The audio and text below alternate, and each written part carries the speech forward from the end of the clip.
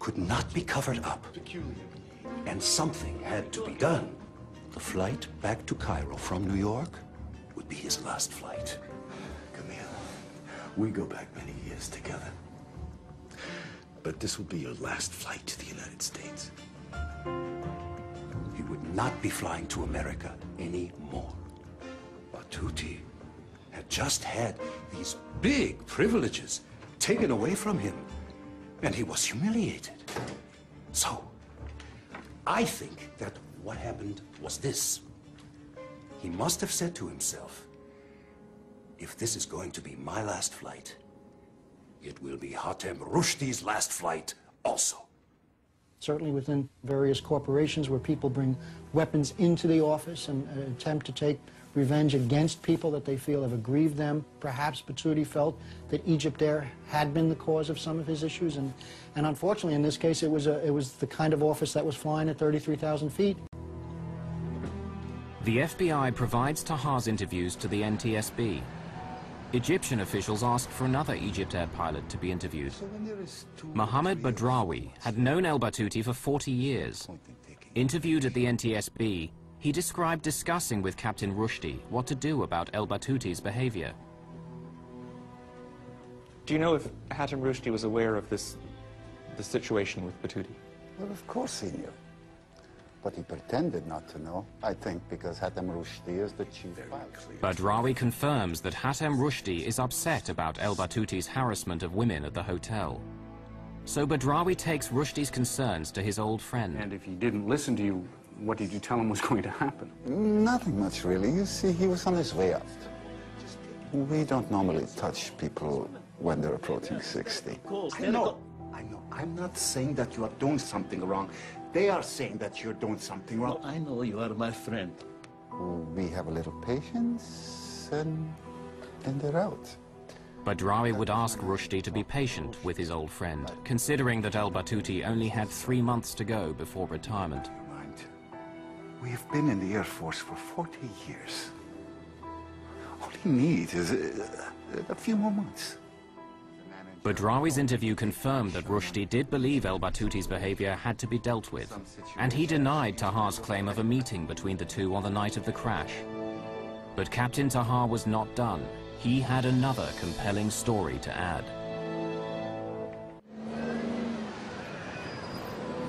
In London, an Egyptian pilot has requested political asylum and is offering an insider's view of the most controversial tragedy in the history of Egyptair.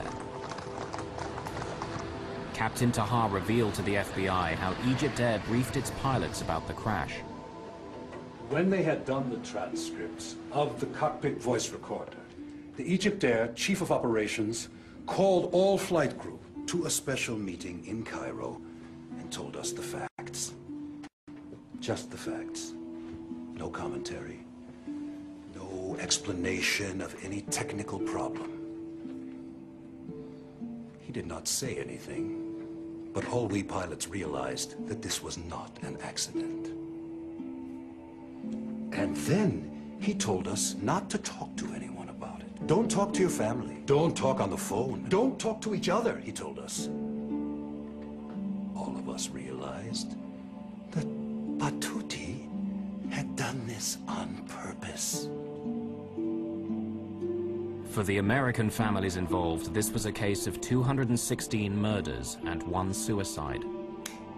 In Egypt, big, close, extended families combine with a strong religious faith to deny that Egyptians commit suicide. The story has many sides. It has to do with religion. It has to do with beliefs. It has to do with the culture. I think until today, still in the Egyptian culture, people don't believe that Muslims or that Egyptians or that people coming from that culture commit suicide. Cultural differences were not the only impediments to this investigation. One of the difficulties that we did have was that when we went over to Egypt and attempted to really get into his background, it became a very sensitive issue for the Egyptian government. FBI efforts to learn about El Batuti's personal life and family relations would be stymied. It became almost to the point where we were never really able to develop all the things that we needed to get at. Finally, on March the 21st, 2002, after a nearly $10 million investigation over 2 years and 5 months, the NTSB publishes its report and determines that the probable cause of the Egypt Air Flight 990 accident is the airplane's departure from normal cruise flight and subsequent impact with the Atlantic Ocean as a result of the Relief First Officer's flight control inputs. the Egyptian Civil Aviation Authority responded angrily, and their response read in part, "It is obvious that the NTSB has not done the type of professional accident investigation expected by the Egyptian government." The NTSB's former director of aviation safety takes exception to the Egyptian view. What was unprofessional was the insistence by the Egyptians, in the face of irrefutable evidence to anyone who knows anything about investigating airplane accidents and who knows anything about aerodynamics in airplanes, was the fact that this airplane was intentionally flown into the ocean. No scenario that the Egyptians came up with, or that we came up with, in which there were some sort of mechanical failure in the elevator control system would either match the flight profile or was a situation in which the airplane was not recoverable.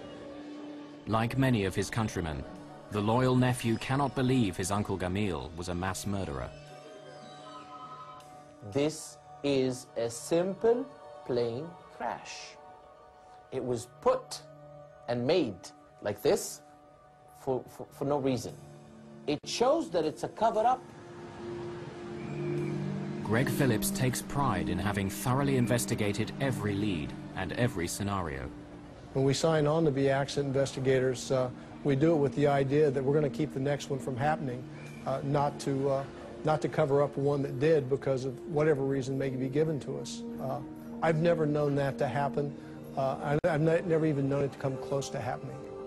There continue to be differing perspectives on the crash of EgyptAir Flight 990, and unanswered questions remain for broken and damaged families. For many of them, answers to how and why this plane crashed will forever be a painful mystery.